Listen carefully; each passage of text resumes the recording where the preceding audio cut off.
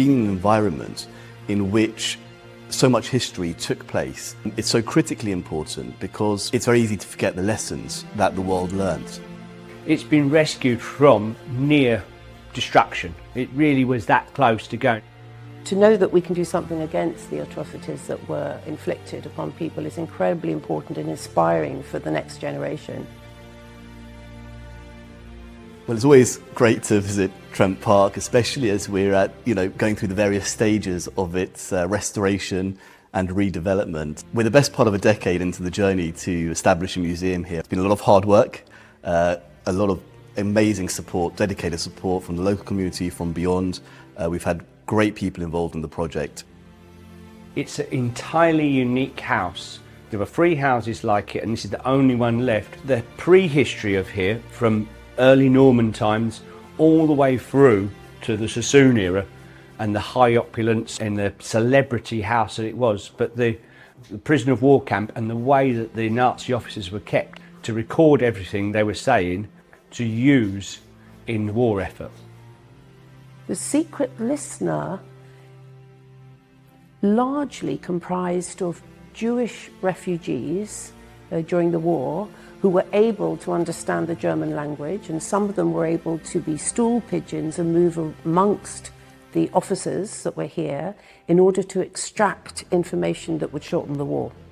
The story is not that well known, and people are fascinated by it. You go, here's a house, and we'll bug it, and we can solve some war problems. I mean, who does that?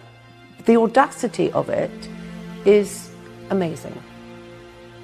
Finding out that my grandfather played a role in helping others, as grand as that sounds, was incredibly important to me, because I discovered that Big Baba, as I call him, left Prague in '39 and took his family out. And there was always that feeling of the people that didn't come out.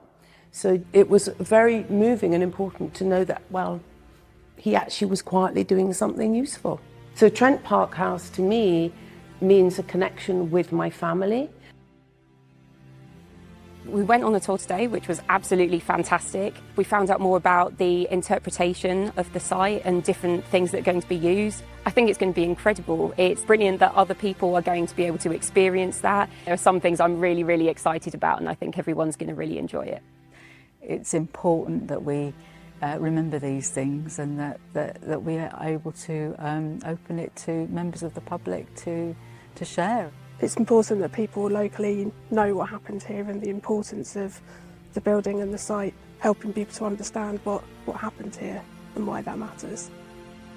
There's still a lot of work to do. We're optimistic that within the coming years we'll be able to open the doors for the public for a really exciting, engaging, immersive visitor experience which will tell the fantastic and important history of what took place here in World War II, as well as very interesting and glamorous history of the interwar years. The day the museum opens, I'm going to be so proud to bring my little daughters with me and show them the things I've been building and the beautiful museum that's going to be here for everybody, and the grounds in itself around here are going to be fantastic.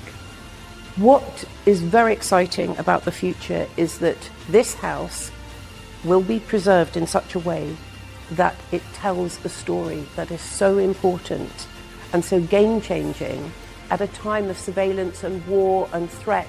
I'm just very excited to be part of this project, and it's such an important thing to achieve.